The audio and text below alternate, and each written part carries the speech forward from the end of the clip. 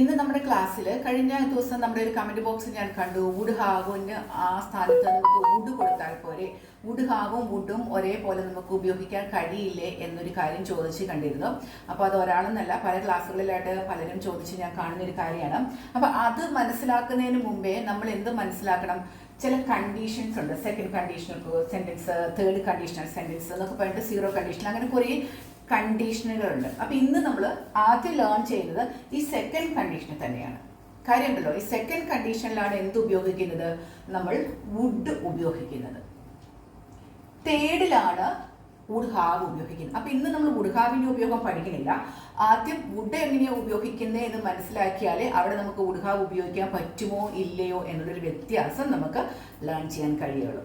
അപ്പോൾ ഇന്ന് നമ്മൾ ഈ വുഡ് ഉപയോഗിക്കുന്നതും വുഡ് ഹാവ് ഉപയോഗിക്കുന്നതും ഒരേ സെന്റൻസിൽ ഉപയോഗിക്കാൻ പറ്റത്തില്ലേ എന്ന് ചോദിച്ചാൽ ഇന്ന് വുഡ് മനസ്സിലാക്കുമ്പോൾ നിങ്ങൾക്കത് മനസ്സിലാവും പറ്റത്തില്ല എന്നുള്ളത്. അപ്പോൾ നമുക്ക് നോക്കാം. സെക്കൻഡ് കണ്ടീഷണൽ സെന്റൻസ് എന്ന് പറഞ്ഞാൽ ഇതിലൊരു നിയമമുണ്ട്. എന്തുണ്ട്? ഇതൊരു കണ്ടീഷൻ ആയിരിക്കണം. അതായത് എന്താ, ഒരു കാര്യം നമ്മൾ പറയണം, മറ്റേ അതിനൊരു റിസൾട്ടും ഉണ്ടാവണം.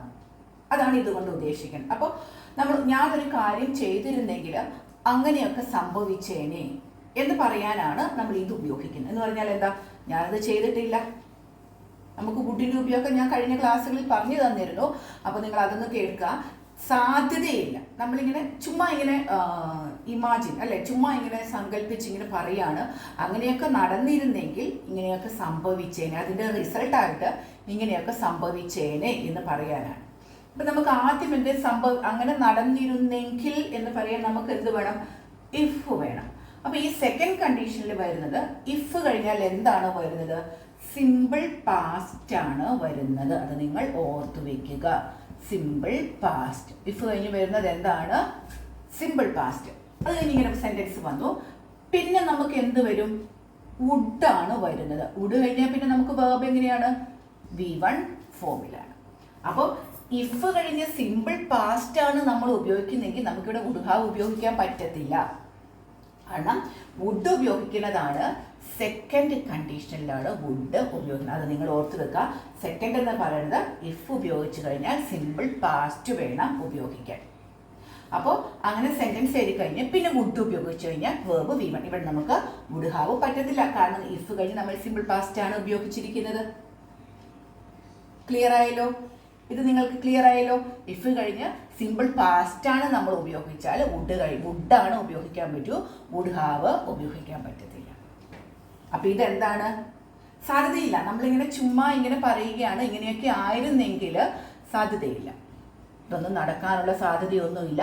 അതുകൊണ്ട് ഇങ്ങനെയൊക്കെ ആയിരുന്നെങ്കിൽ അതിനൊരു റിസൾട്ട് ഉണ്ടായേനെ എന്ന് പറയാണ്. അപ്പം ഞാനൊരു എക്സാമ്പിൾ പറയുകയാണ്. സെൻറ്റൻസ് നിങ്ങൾ നോക്കിക്കോളാം. അവളൊരു ഡോക്ടർ ആയിരുന്നെങ്കിൽ ഞാൻ അവളുമായിട്ട് ആലോചന നടത്തിയേനെ, അവളെ കൺസൾട്ട് ചെയ്തേനെ. കൺസൾട്ട് എന്ന് പറഞ്ഞാൽ എന്താ? അവളുമായിട്ട് ആലോചന ഞാൻ നടത്തിയേനെ എന്തെങ്കിലും രോഗത്തെക്കുറിച്ച്. അപ്പോൾ അവളിപ്പോൾ ഡോക്ടറാണോ?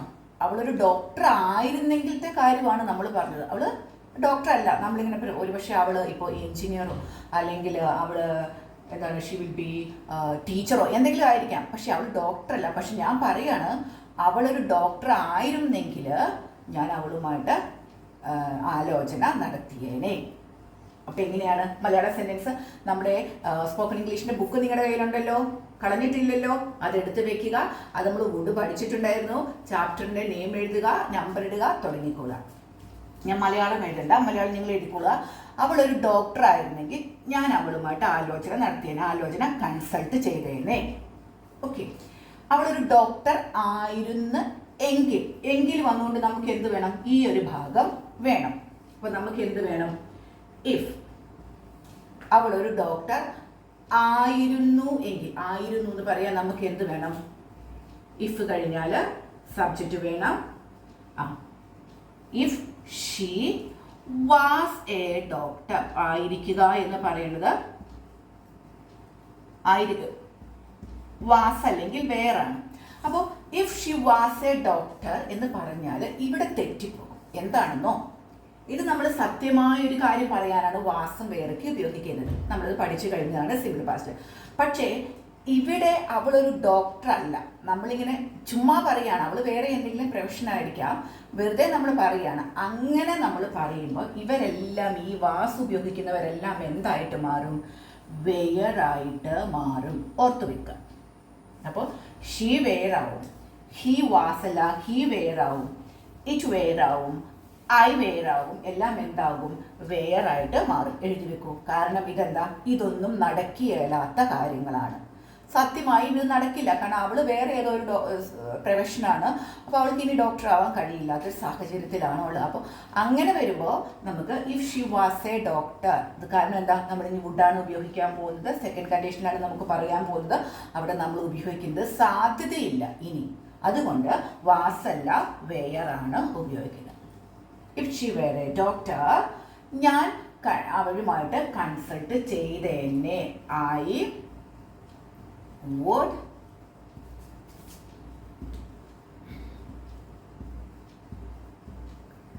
consult with her. എൻ്റെ ക്ലാസ് കുറേ നാളുകളായി കേൾക്കുന്നവർക്ക് ഈ ഒരു സെൻറ്റൻസ് ശരിയോ തെറ്റോ നിങ്ങൾ പറയൂ. I would to consult with her. കുറേ പേർക്ക് മനസ്സിലായി ഇത് തെറ്റാണ്. ഇത് എവിടെയാണ് തെറ്റ് പറ്റിയിരിക്കുന്നത്?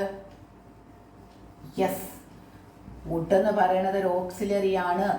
ഓക്സിലറി കഴിഞ്ഞാൽ നമുക്കൊന്നും വേണ്ട. അത് മാത്രമല്ല, ഞാൻ ഇവിടെ പറഞ്ഞിട്ടുണ്ട്, വുഡ് കഴിഞ്ഞാൽ V1 ആണ്. I would consult with her. ഞാൻ അവളുമായിട്ട് അവളുമായിട്ട് കൺസൾട്ട് ചെയ്തത് എന്താണ്? If she were a doctor, അവൾ ഡോക്ടർ ആയിരുന്നെങ്കിൽ, ഇപ്പോൾ അവൾ ഡോക്ടർ അല്ല, I would consult with her, അവളുമായിട്ട് ആലോചന നടത്തിയത്. മനസ്സിലായല്ലോ? ഇവിടെ നമുക്ക് ഐ വുഡ് ഹാവ് എന്ന് ഉപയോഗിക്കാൻ കഴിയുമോ? കഴിയില്ല. ഇനി വുഡ് ഹാവ് എങ്ങനെ ഉപയോഗിക്കാമെന്ന് നമുക്ക് അടുത്ത ക്ലാസ്സിൽ പഠിക്കാം. കാരണം ഇവിടെ ഞാൻ ഉപയോഗിച്ചേക്കുന്നത് ഏതാണ്? സിമ്പിൾ പാസ്റ്റ് ആണ് ഞാനിവിടെ ഉപയോഗിച്ചേക്കുന്നത്. അതുകൊണ്ട് ഇത് നമുക്ക് ഹാവ് ഇവിടെ പറ്റില്ല. ഇത് സെക്കൻഡ് കണ്ടീഷണൽ സെൻറ്റൻസ് ആണ്. ക്ലിയർ ആയല്ലോ? ഇനി വേറൊരു സെൻറ്റൻസ് നിങ്ങളൊന്ന് ട്രൈ ചെയ്യും. എനിക്ക് ഇംഗ്ലീഷ് അറിയാമായിരുന്നെങ്കിൽ അവൻ എന്നോട് സംസാരിച്ചേനെ. എനിക്ക് ഇംഗ്ലീഷ് അറിയാമായിരുന്നെങ്കിൽ അവൻ എന്നോട് സംസാരിച്ചേനെ. എനിക്ക് ഇംഗ്ലീഷ് അറിയില്ല, അതുകൊണ്ട് അവൻ പുറത്തുനിന്ന് വന്ന ഒരാളായിരിക്കും. അവൻ ഇംഗ്ലീഷേ അറിയത്തുള്ളൂ, എന്നോട് സംസാരിക്കാൻ അറിയില്ല. അപ്പോൾ ഞാൻ പറയാണ്, എനിക്ക് ഇംഗ്ലീഷ് അറിയാമായിരുന്നെങ്കിൽ അവൻ എന്നോട് സംസാരിച്ച്. എനിക്ക് കഴിഞ്ഞു പോയി അല്ലേ? പാസ്റ്റിലാണ് കഴിഞ്ഞു പോയി. അപ്പോൾ എങ്ങനെ പറയും? ഒരു സ്ട്രക്ചർ. അപ്പോൾ ഇഫ് പ്ലസ് സിമ്പിൾ, ഇവിടെ ഒരു നിങ്ങൾ സബ്ജക്റ്റ് കൂടെ കൊടുത്തോളൂ കേട്ടോ. Subject plus simple past. എങ്ങനെയാണ്? അറിയാമായിരുന്നെങ്കിൽ, ഇഫ് ഐ, സിമ്പിൾ പാസ്റ്റ്, അറിയുക, no, if I knew English, എനിക്ക് ഇംഗ്ലീഷ് അറിയാമായിരുന്നെങ്കിൽ എന്തായേനെ? അവൻ എന്നോട് സംസാരിച്ചേനെ. he would speak. would spoke എന്ന് എഴുതാൻ പറ്റുമോ? പറ്റില്ല. വുഡ് എന്ന് പറയുന്നത് എന്താണ്? ഓക്സിലറി ആണ്. അതുകൊണ്ട് ഇവിടെ ഒന്നും ചേർക്കാൻ പറ്റത്തില്ല. ഹി വുഡ് സ്പീക്ക്, അവന് സംസാരിച്ചേനെ. ഇഫ് ഐ ന്യൂ ഇംഗ്ലീഷ്, എനിക്ക് ഇംഗ്ലീഷ് അറിയാമായിരുന്നെങ്കിൽ ഹു വുഡ് സ്പീക്ക്, അവൻ സംസാരിച്ചേനെ. മനസ്സിലായോ? അപ്പോൾ ഇതെന്താണ് നമ്മൾ ഉപയോഗിച്ചത്? സിമ്പിൾ. ഇവിടെ നമ്മൾ ഉപയോഗിച്ചത് എന്താണ്? I new, simple past. ഇനി സിമ്പിൾ പാസ്റ്റിന്റെ സ്ട്രക്ചർ എങ്ങനെയായിരുന്നു? അതാദ്യം അറിയണം അല്ലേ? എന്താണ്? Subject V2. നമ്മുടെ ടെൻസിന്റെ ക്ലാസ്സിൽ എഴുതി നോക്കണം. സബ്ജക്റ്റ് V2 അല്ലേ? ഓക്കെ. വേറൊരു സെന്റൻസ്. അവൾക്ക് സമയമുണ്ടായിരുന്നെങ്കിൽ അവൾ ഇവിടെ വന്നേനെ. അവള് വന്ന് പോയിട്ടുണ്ടാവും. എന്നിട്ട് ഇപ്പം നമ്മൾ പറയാണ്, അവൾക്ക് സമയം ഉണ്ടായിരുന്നെങ്കിൽ അവൾ ഇവിടെ വന്നേനെ. നിങ്ങൾ വേഗം നിങ്ങളുടെ ബുക്കിൽ എഴുതൂ. സമയമുണ്ടായിരുന്നെങ്കിൽ, ഇഫ് സബ്ജക്റ്റ് വേണം, അവൾക്ക്, ഇഫ് ഷീ, ഉണ്ടായിരുന്നെങ്കിൽ ഹാഡ് ടൈം. എന്തിനാണ് നമ്മൾ ഹാഡ് ഉപയോഗിച്ചത്? സിമ്പിൾ പാസ്റ്റ് അല്ലേ? ഹാവിന്റെ V2. She had time. ഉണ്ടായിരുന്നെങ്കിൽ എന്താണ്? അവൾ, ഷീ, വന്നേനെ. ഷീ വുഡ് വിസിറ്റ്, സന്ദർശിക്കാൻ വന്നേനെ. ലിഖം ഉപയോഗിച്ചവരുണ്ടാവും. ഷീ വുഡ് വിസിറ്റ് ഹിയർ, ഇവിടെ വന്നേനെ. If she had time, time ഉണ്ടായിരുന്നെങ്കിൽ ഷീ വുഡ് വിസിറ്റ് ഹിയർ, അവൾ ഇവിടെ വന്നേനെ. നിന്റെ സ്ഥാനത്ത് ഞാനായിരുന്നെങ്കിൽ ഞാനത് ചെയ്യില്ലായിരുന്നു. നമ്മൾ പറയേണ്ടി വരുന്ന സെന്റൻസ് ആണെങ്കിൽ നിന്റെ സ്ഥാനത്ത് ഞാനായിരുന്നെങ്കിൽ ഞാനത് ചെയ്യില്ലായിരുന്നു. നിങ്ങൾ വേഗം ഒന്ന് എഴുതൂ. ഞാനായിരുന്നെങ്കിൽ, ഇഫ് സബ്ജക്റ്റ് ഞാൻ, ഐ വാസ് കൊടുക്കാൻ പറ്റില്ല എന്ന് ഞാൻ പറഞ്ഞു. എനിക്കൊരിക്കലും മറ്റേയാളുടെ സ്ഥാനത്തോട്ട് പോകാൻ പറ്റത്തില്ല, ഒരിക്കലും നടക്കില്ലാത്ത കാര്യം. സോ ഐ വെയർ നിന്റെ സ്ഥാനത്ത്, in your place. I were in your place. നിന്റെ സ്ഥാനത്ത് ഞാനായിരുന്നെങ്കിൽ ഞാൻ അത് ചെയ്യില്ലായിരുന്നു. എങ്ങനെ പറയും? ഐ വുഡിൻറ്റ്, അല്ലേ? നെഗറ്റീവ് ആണ് നമുക്ക് പറയേണ്ടത്, അല്ലേ? Do that. If I were in your place, നിന്റെ സ്ഥാനത്ത് ഞാനായിരുന്നെങ്കിൽ, I was in your place എന്ന് പറയാൻ കഴിയില്ല. അവരുടെ സ്ഥാനത്ത്, മറ്റൊരു വ്യക്തിയുടെ സ്ഥാനത്തോട്ട് നമ്മളെ റീപ്ലേസ് ചെയ്യാൻ കഴിയില്ല. If I were in your place I wouldn't do that. ഞാനത് ചെയ്യില്ലായിരുന്നു. ക്ലിയർ ആയോ നിങ്ങൾക്ക്? ഇവിടെയെല്ലാം നമ്മൾ എന്താ ഉപയോഗിച്ചത്? സിമ്പിൾ പാസ്റ്റ് ആണ് നമ്മൾ ഇവിടെയെല്ലാം ഉപയോഗിച്ചത്. സിമ്പിൾ പാസ്റ്റ് ഉപയോഗിച്ചു കഴിഞ്ഞപ്പോൾ നമ്മൾ എന്താണ് ചെയ്തത്? വുഡ് ആണ് ഉപയോഗിച്ചത്. വുഡ് ഹാവ് അല്ല നമ്മൾ ഉപയോഗിച്ചത്. നിങ്ങൾക്ക് മനസ്സിലായല്ലോ? ഇനി എക്സാമ്പിൾസ് നിങ്ങൾക്ക് വേണം? ഒരു എക്സാമ്പിൾ കൂടി പറയാം. എനിക്ക് പൈസ ഉണ്ടായിരുന്നെങ്കിൽ ഞാനൊരു കാർ വാങ്ങിച്ചേനെ.